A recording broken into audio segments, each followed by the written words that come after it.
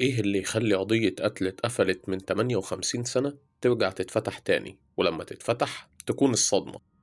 أهلا بيكم. لو أنت لسه جديد في القناة ما تنساش الاشتراك عشان توصلك فيديوهاتنا أول بأول.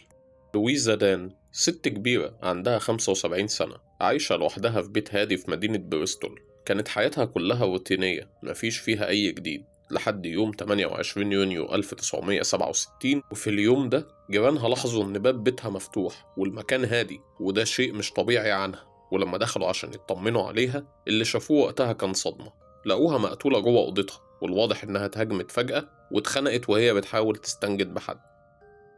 ولما جت الشرطة ومع البحث ما كانش فيه أي علامة تدل إن حد سرق حاجة ولا فيه آثار اعتداء على البيت. المشهد كان غامض بشكل يخوف، كأن القاتل دخل ومشى من غير ما يسيب وراه ولا دليل.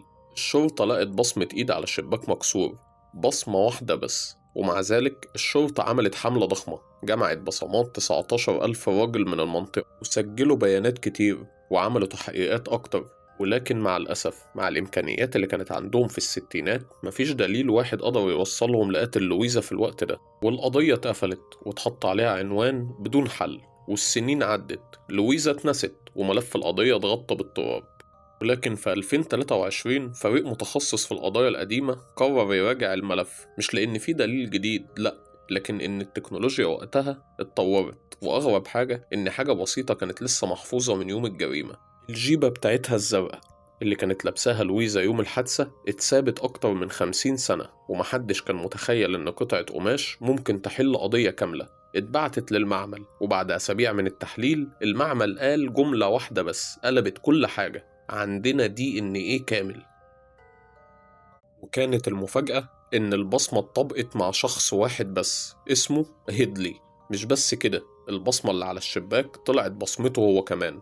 لكن الصدمة، القاتل اللي هرب 58 سنة كان عنده 92 سنة وقت القبض عليه في 2023. هيدلي اتعرض للمحاكمة، الأدلة كانت كلها ضده، والقاضي قال له العدالة اتأخرت لكنها وصلت، انت مش هتخرج من السجن أبدا. قضية كانت مستحيلة الحل اتقفلت بسبب أثر صغير جدا. قطعة قماش حفظت سر وبصمة واحدة كانت كفيلة إنها ترجع صوت الضحية حتى بعد 58 سنة. وبتثبت إن بعض الجرايم مهما مر عليها وقت الحقيقة دايما بتلاقي طريقها.